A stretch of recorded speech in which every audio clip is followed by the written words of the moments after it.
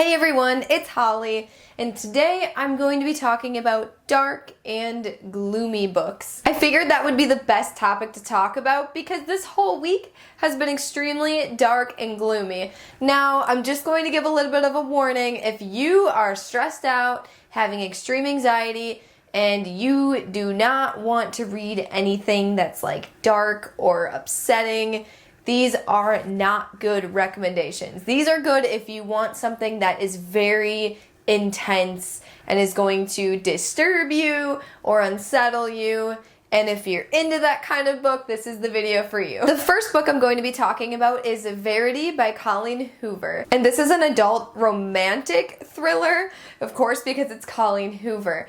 Now, don't let the smut and like the romance part of it kind of keep you away from this book because trust me, this book is so messed up. So in this book, there is this extremely popular, basically like Stephen King level, popular author who her name is Verity. She has been writing a thriller series for a long time. And unfortunately, Verity has a really bad accident and she is no longer able to finish her series. So Verity's husband finds somebody else to finish the series. So that is the main character of the story, is the girl who actually ends up living with them and kind of going through all of Verity's belongings and just trying to figure out who she was and what she was writing and just get a feel for everything.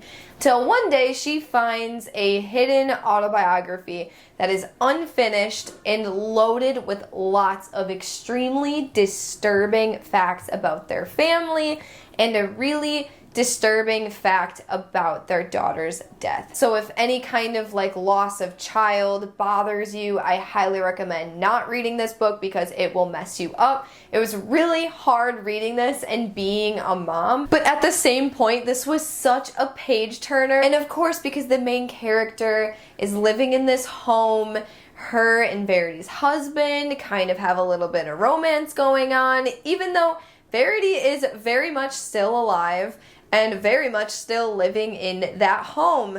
So if you could only imagine the kind of eerie stuff that kind of happens surrounding it, it is messed up, but it was a lot of fun to read. But also keep in mind that the ending, it's a little bit more up to your own interpretation versus a solid flat ending. If you like that kind of ending for thrillers, then you're going to absolutely love it. But if you hate those kinds of endings, you're not gonna like it. So I've only read these 3 books and I haven't read any of the Noah Shaw books, so I'm not going to include those on this list just because I don't know if those ones are dark and gloomy and stuff, so I'm just gonna stick with these, and I'm not holding all of these because I am no muscled person. So yeah, gonna go ahead and throw these over there. The first book in this trilogy is The Unbecoming of Mara Dyer. Seriously, this cover captured the feeling of the book so dang well. Like, this whole color scheme on the cover is exactly how I pictured this book in my head. It's so weird to explain, but like, it seriously is just so like rainy day, kind of cloudy, overcast feel to it. And it's about a girl named Mara Dyer who gets in a bad accident and she wakes up and doesn't remember anything. She vaguely remembers something happening with her friends, but not entirely all the details are there. And throughout the book, she thinks horrible things and then they happen. And the whole time you're reading this, you're wondering, is she crazy? Are there ghosts? Is there some kind of supernatural element to this? What the heck is going on? And then, of course, you enter in Noah Shaw, who is the most amazing British character. I loved him so much. I don't know how I feel about it now. I read this back in the day, but I just remember loving his character. He was definitely the soft cinnamon roll that you needed in this story. And I just feel like the overall mystery of this book was so fantastic. It was another one that was just a page turner because you needed to know what was going on. As you get further into this series or into this trilogy in particular, it gets darker and darker and a lot more violent. And in the last book, there was a little bit of eye horror, which is my nightmare. I hate stuff that happens with eyes, and I was not expecting it at all. It kind of gave me like Saw vibes, which is so random. Like, it was very much more horror movie versus this one was more like psychological, which is so interesting. Let me know in the comments below if you've read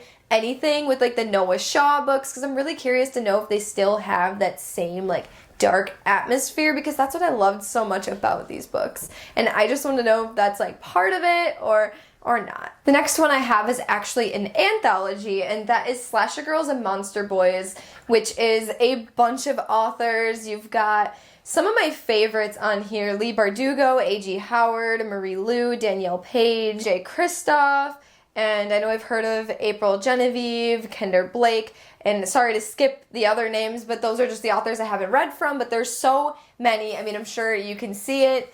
All these authors. Okay, oh, there we go.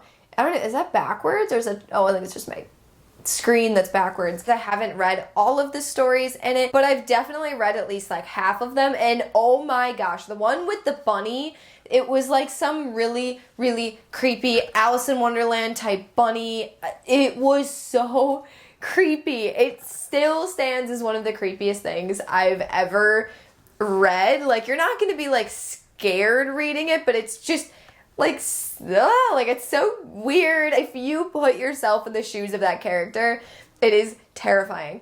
And I don't know exactly which story it was. I will definitely reread this just so I could really remember and tell you guys, and also explain a little bit more from the other authors as well that I didn't mention in here because I've never read from them before. Sometimes when you're reading something that's scary, you don't want to live in that world very long, so this is where you're going to want to jump in and just get a quick, snappy, good, dark read. Some of them are obviously a little bit more tame, some of them are a little bit more psychological, some of them are creature based. It's really everything that you want mixed into here, and it's so fantastic. Like, look at that cover. I just love how it's like this blank page with just like this little slightly creepy, slightly adorable monster. If you've been following my channel for a while now, then I know you've probably heard me talk about this book before because I have a full review on my channel of it, and I feel like I mentioned it a lot, but I had to put it on this list anyways, and that's Bent Heavens by Daniel Kraus. This is a story about a girl's father who shows up naked in public one day saying that he was abducted by aliens. And for months, this daughter and her father are building traps so that he can prove that these aliens are real, until one day he goes missing. So while he's missing, and she's definitely grieving and just having a really hard time wondering what happened to him, and obviously everybody thinks he's crazy, so she's kind of included in on that she's the daughter of the crazy guy who, you know, got abducted by aliens. So the main character and her childhood best friend are tending these traps for a very long time. It kind of becomes their normal thing. And then one day, something gets caught in their trap, and that's all I'm going to let you know. I definitely don't want to say too much, but please keep an open mind on this one, because I feel like the people who didn't like it were expecting the wrong thing. This one is so violent, very much in a gritty way that is very descriptive and intense. It is just violent. That's the best word to describe it. And I feel like there's enough like scenes where she's kind of at school and around people that kind of brings you out of this darkness, and it is fairly short, so you're not in this world very long. I still really liked it because I feel like while the first half is extremely gritty and violent, and I just remember reading it and being like, oh my gosh, like it's just so heavy. I mean, this is kind of new to me, reading these darker books, like the more violent horror novels versus just like the, I don't know, like the Mara Dyer, like that one's not as dark as this one. I don't mean to like over talk it, but seriously, like, I just wasn't expecting this because, like, I haven't seen any reviews. I just kind of jumped into it blind, and that's honestly the best way to go into it. I still really recommend this. I don't want to, like, push anybody away from it for thinking, like, oh, it's gonna be dark, but I feel like there were enough moments, and then, like, there was a lot of, like, heartwarming moments as well in a weird, really twisted, messed up way. I kind of feel messed up saying that they're heartwarming moments. I don't know. There is a random romance that kind of plays throughout this that was, like, it wasn't bad, but I guess it helped keep things normal. So maybe I'm definitely grateful for it being there versus not being there. The next book I have is Pines by Blake Crouch. And you might have seen this show, Wayward Pines. That is what this book was based, or no, the show was based off of this book, and I am, like, a huge Blake Crouch fan, so I knew I was gonna love this book. Like, I absolutely love his writing. I feel like it's hit or miss for some people, but I'm one of the people who absolutely loves it. This is a thriller suspense novel, which is another one you gotta keep a little bit more open-minded and just expect the unexpected on this one. This one is about a secret agent who goes to this really small town called Wayward Pines, hence, you know, the name of the book. And he's going to this small town because he wants to know what happens to two federal agents who went to this town and they didn't come back. Pretty early on into him going to this town, he gets in this horrible accident and winds up in the hospital.